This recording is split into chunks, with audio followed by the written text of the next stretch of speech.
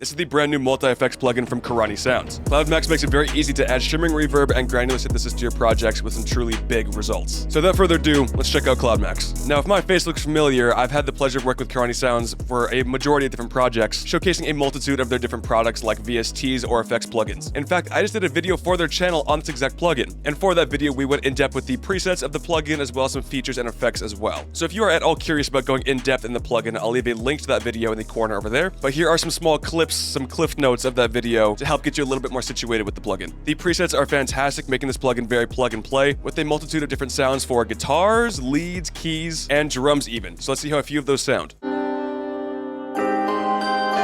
Already a huge difference.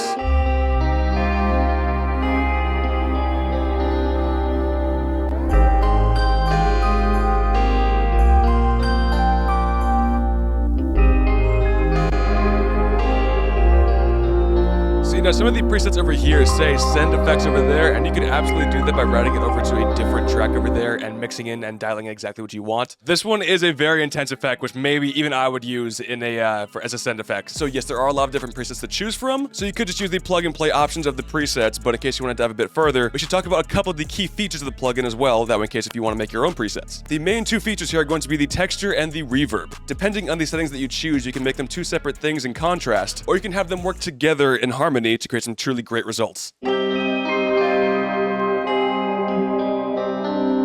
now the main thing over here is going to be the octave shifter. Alright, so we can actually change what octave the texture is going to be in. And now you can absolutely hear that, right? And then you can go back to some other knobs and tweak the way that it sounds. And we can go on over to the reverb now and change some more stuff. Starting with the mod over here, we've got wow, slow, and fast. Change up the diffusion. And really hear that the texture kind of smoothing out a little bit. And that's so you can get that really shiny reverb feel. Alright, so now we understand the plugin a little bit better, but once again, if you want to go more in depth in the plugin, in the description there'll be a link to the video on the Karanyi Sounds channel if you want to get yourself even more acquainted with this plugin. But I think the most important thing to learn about a plugin is how it's going to work in your everyday production. So for today, I actually grabbed the project file from me playing guitar in the last video, took away all of the creative effects, and we're going to be doing a remix on that track using Cloudmax. And I gotta say, it really did not go according to plan. I had ideas for the track, and it went in a completely different direction. Alright, so we're going to be taking my beautifully recorded, definitely not edited in post, guitar samples and make something completely different out of them. So first things first, we're going down to a much slower BPM of, let's say, like all the way down to 70, okay? So something's already pitched up and down. So if I go like -3 semitones, I can't really go down a full octave after that, right? So what I'm gonna have to do is just create the sample by itself without pitching it down, and then add our drums to the stems from that, if that makes any sort of sense. So let's go and give it a try. All right, Cloudmax. So I'm thinking that I want something a bit more like atmospheric, so like soundscapes might be where I want to go.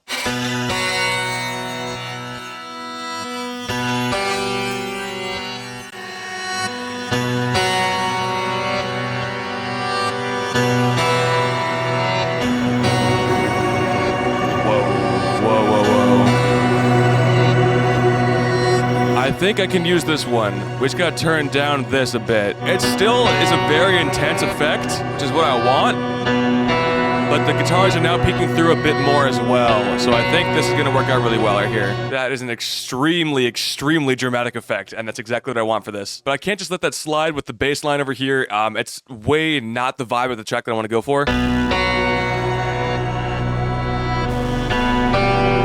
I think that this bass definitely needs to change to something more pleasing.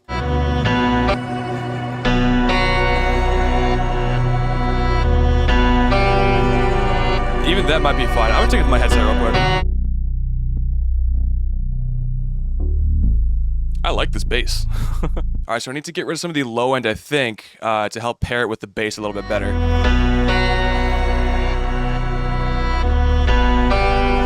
That sounds good. Better. It was just a little bit muddy and clashing with the bass, so I think that helps out a lot. So I think it's time to export the stems and pitch everything down. The only thing is here, because the Cloudmax is on the master bus and not the individual samples, there's only going to be one stem of the guitars and one with the bass, which I think I'm okay with, really. Split mixer tracks, okay, and start. And put these 3 stems into the project right here. All right, now we've got our tracked out stems over here, so now we're just gonna be simply pitching it down. Let's start with -3 semitones.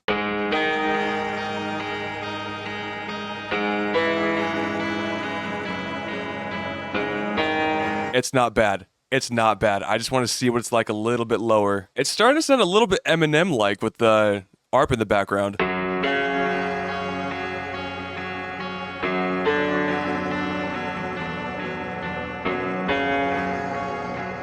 I like my, even sad lo-fi tracks to not sound too, menacing. You know, that's, dark does not necessarily mean sad, and sad doesn't necessarily mean dark. -6 might sound like the wave for, a more, I don't know, dude. I don't know. I think I do like the whole -6. It sounds evil, but it still sounds good. I just don't know what direction I want to take this yet.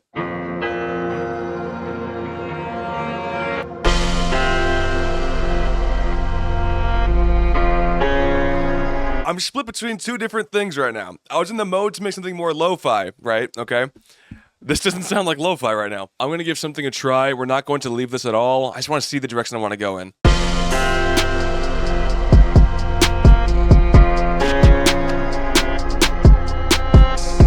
So I was definitely not planning on making trap, but this sounds like it would be a really good vibe to it. We'll go with that. Again, we're not using any drum loops today, but I still like the sound of that a lot. You know what? We are going to use that drum loop. I'm just going to sample it heavily to the point to where it's my own sort of deal. I basically just want the drum sounds from there. Closed hat, open hat, snare, and then I want something else over here too. Yeah, I like this little roll.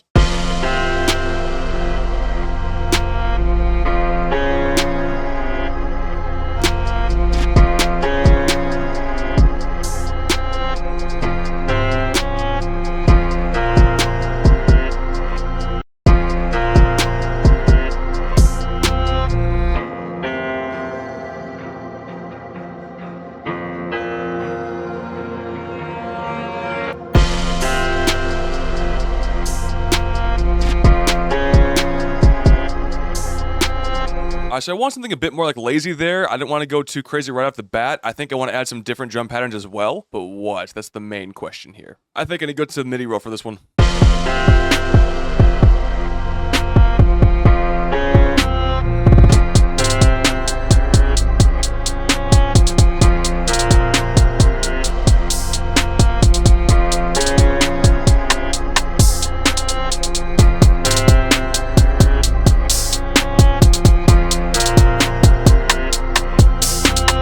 I gotta tell you guys, this is not where I thought I was gonna take this track, but when inspiration hits, I mean, there's just not much more you could really do to change that. This might be kind of fun over here.